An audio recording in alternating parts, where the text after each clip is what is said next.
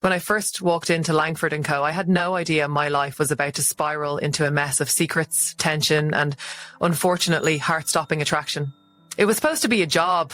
Just a job. Something temporary to get me through grad school loans and help my sister with her rent until she found her footing. But Langford Co wasn't just another corporate firm. It was a playground for the rich, and the owner, Mr. Langford himself, was known for being powerful, persuasive, and utterly terrifying in the boardroom.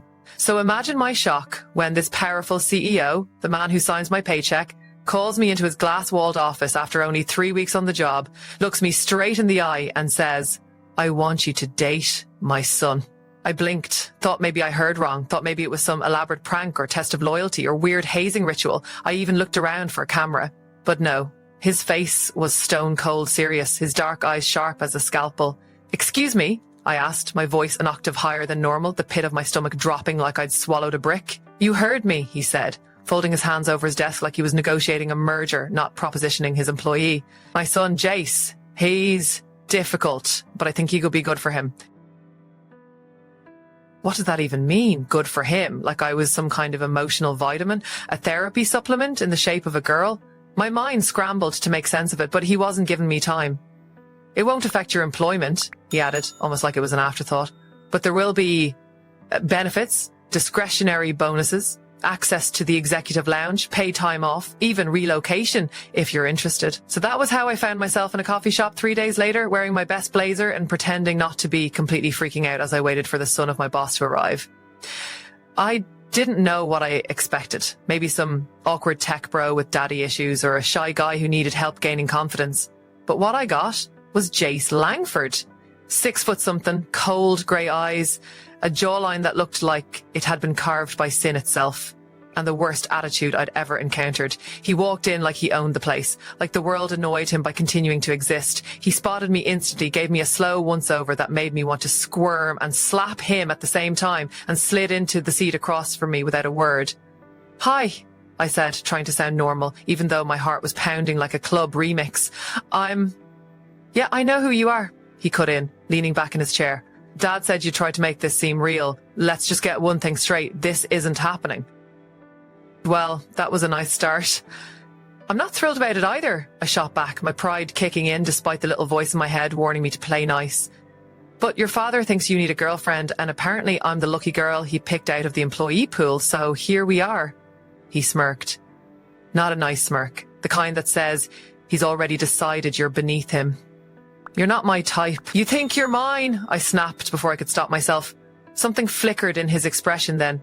Surprise maybe, or amusement. But just as quickly it was gone, replaced by a lazy, dangerous grin. This might be fun after all. I wanted to throw my coffee in his face. I also wanted to kiss him, which was deeply concerning. He was the worst. Arrogant, rude, spoiled. Everything I avoided in a man. And yet something about him kept me rooted to the spot, curious in a way that was absolutely going to get me into trouble. The next few dates were just as chaotic. We had to be seen in public, his father's condition, but Jace made every outing a test. One night he took me to an elite charity event and ignored me the entire time.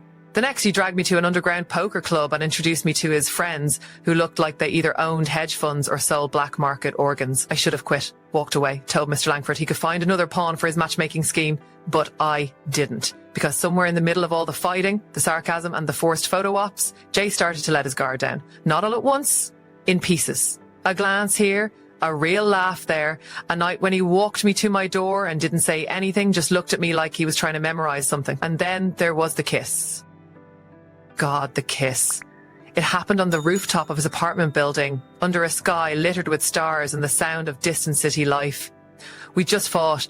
Again, this time about something stupid like his refusal to take anything seriously. I told him he was impossible. He told me I was too nosy. I turned to leave, furious, and he grabbed my wrist, spun me around and kissed me like he was trying to shut me up forever. It wasn't soft. It wasn't gentle. It was fire and teeth and desperation, and I should have pulled away. But I didn't. I kissed him back, like my job didn't depend on this fake relationship, like my heart hadn't already started betraying me weeks ago. After that, things changed. Not immediately, not dramatically. But subtly, Jace would send me texts late at night, ask how my day was, offer to bring me coffee before work, and I found myself looking for him in the office, catching his eye during meetings, wondering what it would be like if any of this were real. I should have known better, because when things seem too good, It's only a matter of time before they crash. And Jace Langford was a crash waiting to happen. It was the Monday after the kiss when everything started unraveling. I walked into work thinking I'd have a quiet day, maybe an awkward coffee run encounter with Jace, maybe a smug smirk from Mr. Langford like he thought this whole puppet show was working exactly as planned. Instead, I got blindsided by a woman named Celeste. She strolled into the building like she was gliding on air, all long legs and designer labels. Her arm looped through Jace's like she belonged. I was in the middle of a meeting with the finance team when someone whispered, "Is that his ex?" And I felt my stomach drop into my heels. Apparently, she wasn't just any ex. She was the ex. The one who broke Jace's heart.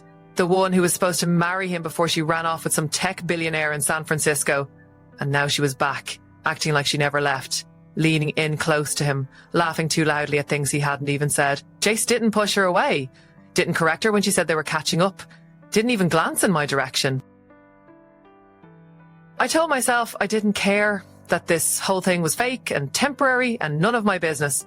But when I walked past them later in the hallway and she gave me the kind of smile that only women who see you as competition give, something in me cracked. I ignored Jace's texts for 2 days after that. I focused on work, stayed late, volunteered for projects no one wanted just so I wouldn't have to think about his stupid, infuriatingly attractive face or the way his hand had felt on my back that night on the rooftop. But avoidance only works so long, and Jace never was one to let things go. He showed up at my apartment on Wednesday night, standing outside my door with 2 coffees and a pissed-off expression. "So, this is how it's going to be now?" he asked before I could say anything. "You ghost me because Celeste showed up?" I folded my arms, trying not to notice that he'd remembered my coffee order. "You didn't exactly act like you cared." "Oh, I didn't know I was supposed to." "That's the problem, Jace," I exploded, surprising both of us. "You don't know what you want. You act like this whole thing is a joke, like I'm a joke, and then you kiss me like the world's ending, and then your ex shows up and suddenly I'm invisible again." For a second, all he did was stare at me, and then, softer than I expected, he said, "You were never invisible." It should have melted me. Maybe it did a little, but I was tired of being confused, tired of pretending. "Then why are we doing this?" I asked, and my voice cracked a little. "What is this?"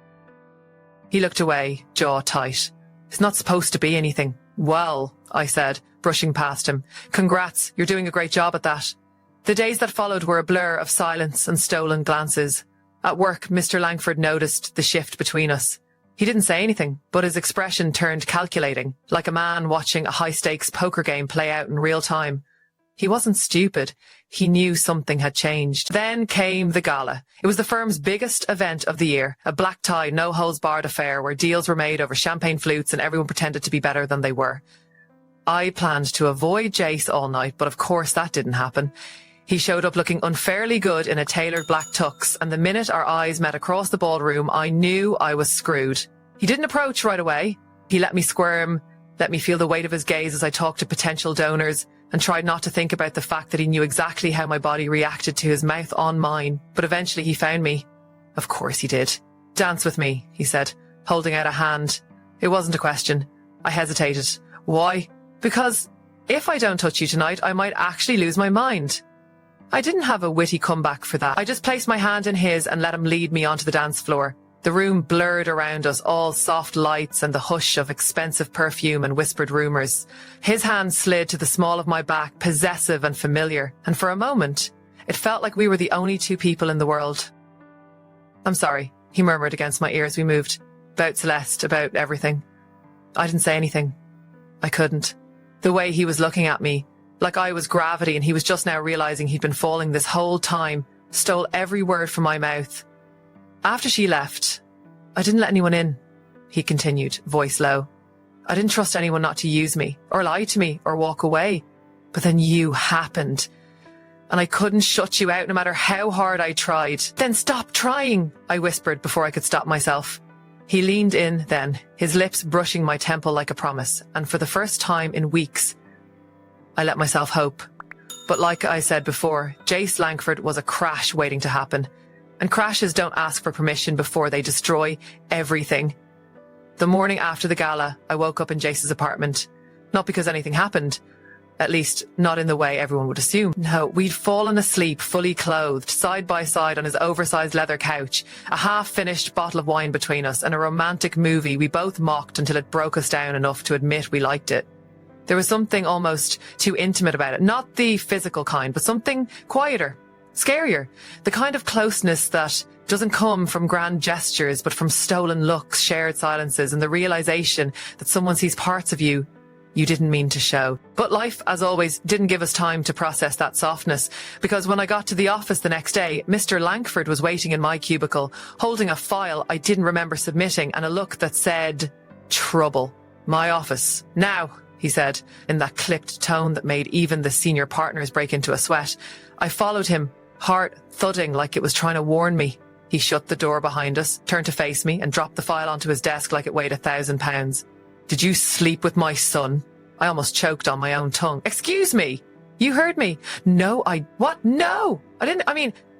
I stopped myself, drew in a breath, and forced my voice to even out. Nothing happened. We watched a movie. Fell asleep on the couch, fully clothed. His eyes narrowed, not quite believing me, but not calling me a liar either. You're not here to fall in love, Ms. Hart. You're here because I trusted you with a task. Don't lose focus. It took everything in me not to laugh in his face. A task. Like dating someone was the same as submitting quarterly earnings reports.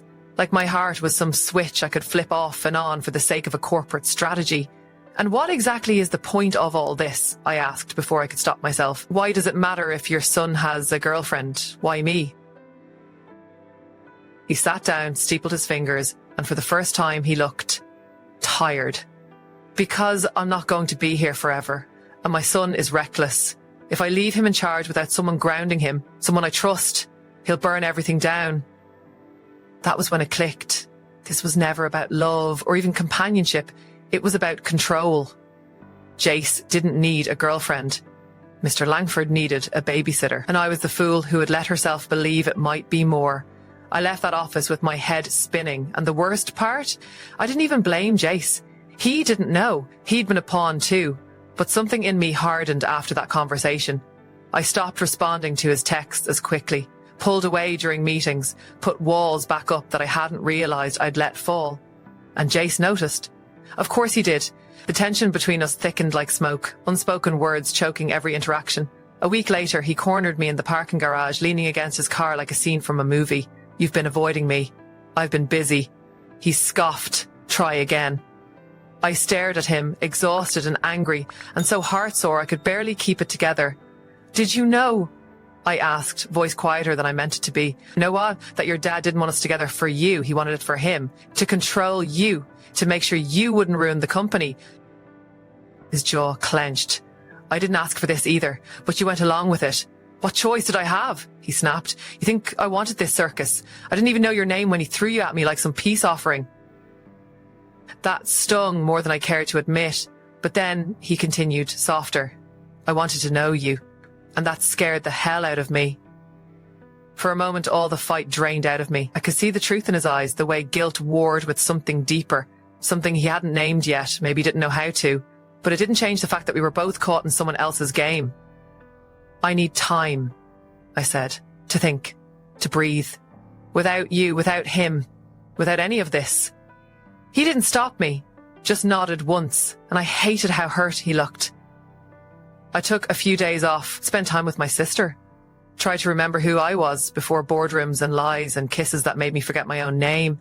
But the thing about walking away from something that feels like fire, even when it burns you, it's hard not to go back just to feel something again. The breaking point came when I ran into Celeste again. Only this time, she wasn't clinging to Jace. She was sitting across from Mr. Langford in the executive lounge, signing something. I watched from a distance, heart sinking as realization dawned. It had never been about me, not really. Mr. Langford had a backup plan all along, and I was about to find out just how replaceable I really was. There's a specific kind of silence that wraps around you when you realize you've been played. It's not loud, it's not angry, it's numb. I stood outside the executive lounge watching Celeste sign whatever deal she was inking with Mr. Langford, and everything inside me went cold. She looked smug, victorious, like she knew something I didn't. And maybe she did. Maybe she knew that no matter how many real feelings were exchanged between me and Jace, I was just a placeholder, temporary, convenient, disposable. I didn't confront Mr. Langford. What was the point? He'd just spin it into some strategic masterstroke or tell me it wasn't personal, just business. And honestly, that would hurt more. Because for me, it had become personal. Stupidly, painfully personal. I left the office early that day, told my manager I was feeling sick, which wasn't entirely a lie. My stomach felt like it was being twisted into knots with a barbed wire rope. I needed space and I needed to make a decision. One that didn't involve being yanked around like some emotionally confused marionette. I considered quitting more than once, but something in me hesitated. Maybe it was pride. Maybe it was unfinished business. Maybe I just wasn't ready to let Jace go without hearing it from him, without seeing if he'd fight. Didn't have to wait long. He showed up that night knocking on my door like he already knew something was wrong. I opened it, and the look on his face told me he hadn't come to play games. He looked tense, uneasy, uncertain in a way I wasn't used to seeing. I need to talk to you, he said, and his voice held none of the cocky arrogance I'd once associated with him. This wasn't the man who flirted with danger for fun. This was the man who'd let me sleep on his couch and kissed me like I was air. I stepped aside, letting him in. I wasn't sure I was ready to hear what he had to say, but I was even less ready to keep wondering. She's back, he said, pacing like he couldn't sit still. And my father? He wants her involved in the company again. Claims it's all business, but I know him. I know how he thinks. I folded my arms. So what, he's just replacing me? His eyes snapped to mine. No. That's not what this is. You were never. It's not like that. Then tell me what it is, Jace, I said, my voice sharper than I meant. Because from where I'm standing, it looks a hell of a lot like I was a temporary fix until the girl he actually wanted back came running home. He closed the distance between us, his hands reaching for mine, but stopping just short. I didn't want her back. I didn't ask for her. Everything with you, none of it was supposed to happen, but it did. And I can't stop thinking about you. I can't sleep. I can't focus. I can't even breathe properly unless I know where you are. Then why aren't you fighting for me? I asked, the words coming out before I could choke them back. Why aren't you standing up to your father? Why aren't you telling him that I'm not just some assignment he gave you like a damn quarterly report? His hands dropped. He looked like I'd slapped him because I didn't think I was allowed to want something that bad. That broke me. He wasn't lying. I could feel it. There was a desperation in him, a crack in the armor, and for once, he wasn't hiding behind charm or sarcasm, but it still wasn't enough. Wanting isn't the same as choosing, I said, and you still haven't chosen. He left without another word. That weekend, I went off-grid. No calls, no texts, no social media. I needed to disappear, if only for a few days. I stayed in a cheap Airbnb 3 hours away, spent most of the time in oversized sweatshirts and silence, and tried to piece myself back together. But the thing about love, or whatever it was we were tangled in, it doesn't wait patiently for your healing. It festers, it seeps into every crack, every quiet moment. And every time I closed my eyes, I saw him, his stupid smirk, the way he looked at me when he thought I wasn't watching, the way he kissed me, like he'd started. By the time I came back, I'd made up my mind. If he wanted to prove me wrong, if he wanted us, he had to say it, show it, fight for it. Otherwise, I was done. And he did. Not the way I expected, not with flowers or a cheesy speech, but with a grand, idiotic and borderline career suicidal move. He stormed into a board meeting, a real one, full of investors and executives and his very controlling father, and dropped a bomb. He told them the truth, that the relationship had started as an arrangement, that it was never meant to be real, that he hadn't cared at first, but somewhere along the way it became the most real thing in his life. He told them he'd stepped back from the company, not because he didn't care, but because the only thing he cared about was walking out of that meeting and knowing I still wanted him. And then he walked out. I didn't find out until 2 hours later when my inbox blew up. Half the company thought he was having a breakdown. The other half thought it was the most romantic thing they'd ever seen. Me? I was somewhere in the middle, trying to decide if I was impressed or just furious he hadn't told me first. I found him in the park we'd gone to on our second fake date. He was sitting on the bench, the one near the old fountain with the pigeons that always looked like they were planning a coup. You're insane, I said, sitting down beside him. I know. You just tanked your reputation. I know. You stood up to your father. I really know. I looked at him, at the man who had annoyed me, kissed me, confused me, and broken me, and then put the pieces back together with nothing but brutal honesty. Was it worth it? I asked softly. He turned to me and I swear the whole world stilled. Only if you say yes.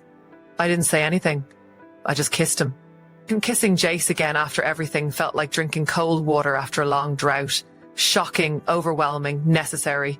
It wasn't perfect. Our lips collided with too much urgency, too much desperation, but there was no mistaking the truth in it. We weren't pretending anymore. We hadn't been for a long time, and this kiss didn't feel like a start. It felt like a homecoming. But of course, nothing could be that easy. After Jace's boardroom confession, the company went into a minor tailspin. Investors were rattled, gossip spread like wildfire. HR had a meltdown. Mr. Langford summoned me to his office with the kind of quiet, lethal fury that made me feel like a character in a legal drama seconds before the big courtroom twist. He didn't yell, he didn't threaten, he just stared at me with the exhaustion of a man watching his carefully stacked empire lean sideways.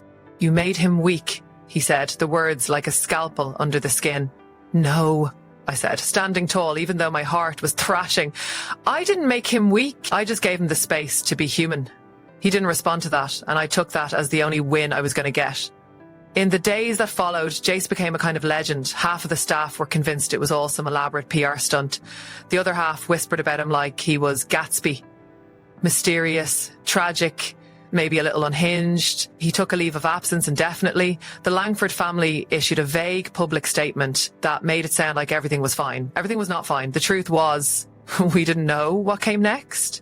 He stayed with me for a while. My apartment was small, my couch was older than I was, and my upstairs neighbour was a saxophonist with an alarming obsession with jazz at 3 a.m. But he didn't complain. He helped cook, he picked up groceries, he took out the trash like it was an act of devotion. And sometimes, in the middle of the night, I'd catch him watching me sleep, like he still didn't believe he'd found someone who stayed. We talked, not just about the company or the arrangement or the mess we'd crawled out of, but the things that really mattered. The future, the fears, the pieces of ourselves we usually hid from the world. He told me he'd spent his whole life trying not to disappoint his father, that every decision he made, every mask he wore, was rooted in a need for approval he never really got. I told him I'd spent most of my life trying not to take up too much space. Trying to stay small, invisible, useful. Neither of us had known what it felt like to just be, without strings attached. The love part, it came quietly. It wasn't fireworks or shouting from rooftops. It was in the way he reached for my hand without thinking. The way he always made sure I had the first cup of coffee. The way he looked at me when I was talking about something I loved, even if he didn't fully understand it. It was slow and flawed and sometimes messy, but it was real. Eventually the dust settled. Mr. Langford didn't fire me, which was surprising, though I had a feeling the board advised him to keep the optics clean.